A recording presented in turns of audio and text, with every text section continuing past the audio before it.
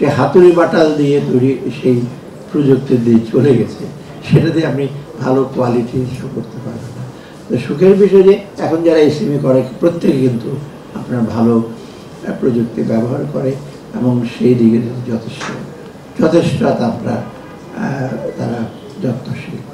এই প্রেক্ষিতে কিন্তু আমাদের পটেনশিয়াল, এসএমইর পটেনশিয়াল কিন্তু অনেক বেশি। আমরা যতটুকু একটা কন্ট্রিবিউট করছি কর্মসংস্থান দিকে যে বলি, এবং যেটা আগে বললাম আমি, এবং এইখানে কিন্তু আরেকটা মেজর রোল আছে, মহিলাদের অংশগ্রহণের তথ্য বেশি এবং তাদেরই কন্ট্রিবিউশন কিন্তু বেশি, এবং তারা কিন্তু বেটার, শুধু স্কিল না, তারা কিন্তু আরও বেটার ম্যানেজ করে এসএমই সেক্টর।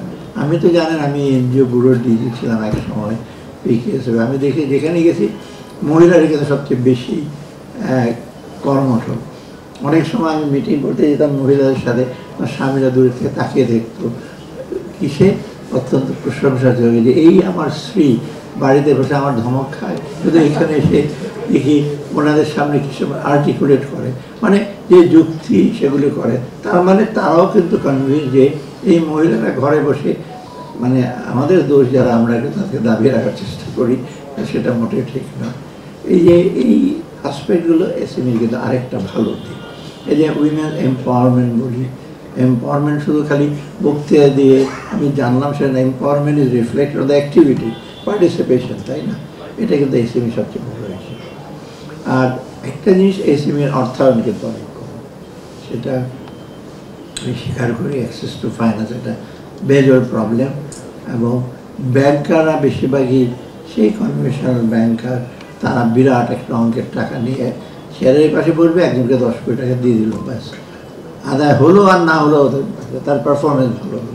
কিন্তু এসএমইর ব্যাপারে বেশিরভাগ সুপারভাইজ করতে হয়, অনেক কাগজপত্র দেখতে হয়, এই সমস্ত কঠিন জায়গায় তারা যেতে হয়, যেটা মোটেও ঠিক না।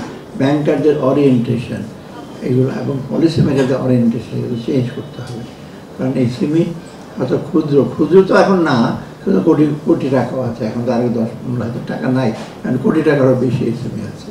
অর্থাৎ তাদের কিন্তু যেটা বললেন রিকভারি রেট অনেক ভালো, এবং তারা খুব ভালোভাবে এটা ইউজ করে, এবং সেই দিক দিয়ে কিন্তু ব্যাংকার বা অর্থায়নকারী সংস্থা কিন্তু বেটার।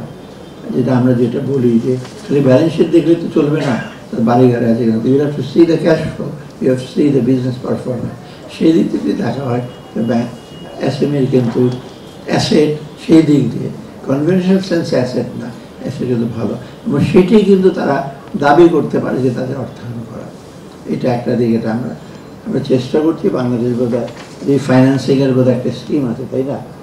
সেটা হয়তো যদি বাড়াতে চায় বাংলাদেশ ব্যাংকের, বাংলাদেশের কাজ, বাংলাদেশ ব্যাংক আবার একটু এখন তো ব্যাংক রিস্ট্রাকচার নিয়ে ঝামেলা আছে, ভাবে যে এসএমইতে পারবো। তবে একটা সুবিধা যে তারা যদি বাড়াতে চায় এসএমই, যেটা আমি ফাইন্যান্স মিনিস্টার কাউন্টার গ্যারেন্টি একটা দিতে হয়, সেটা আমরা দিতে, আমরা কাউন্টার গ্যারেন্টি দিচ্ছি তো লক্ষ করে 62,000 কোটি টাকা তো আমরা এনার্জিতে দিয়ে দিচ্ছি সাবসিডি, প্রায় 60-62 কোটি টাকা।